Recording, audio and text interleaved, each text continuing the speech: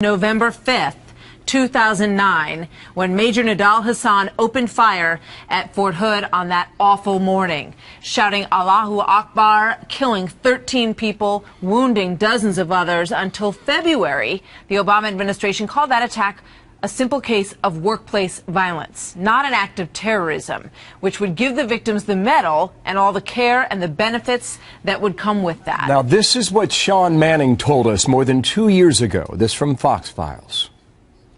You were shot 6 times. How did you get out of there?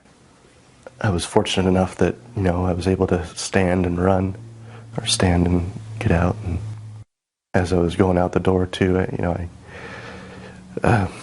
I saw my soldiers on the ground, and I knew I couldn't do anything about it, drag them out or anything like that, without getting hit again. And that's something that stuck in my mind too. Casey Stego's live outside Fort Hood, Texas. Sean Manning is there along with others. Casey, good morning. Bill, good morning to you. We are just about an hour away from what is expected to be one powerful day here at Fort Hood.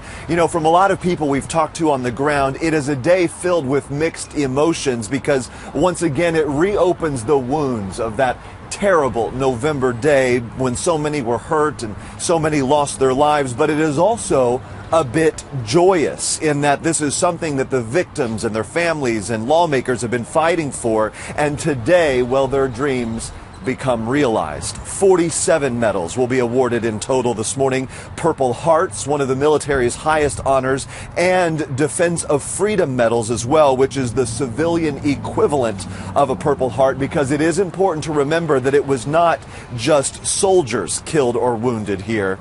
The reason this took so long, you remember Congress did have to pass a new law changing the criteria of what it took to receive a Purple Heart, and the victims of this tragedy are now forever grateful. The good thing is that we had people doing the right thing, but that's because those people in Congress, that's because we stood up for something that we believed in, and we stood up for indeed what was right.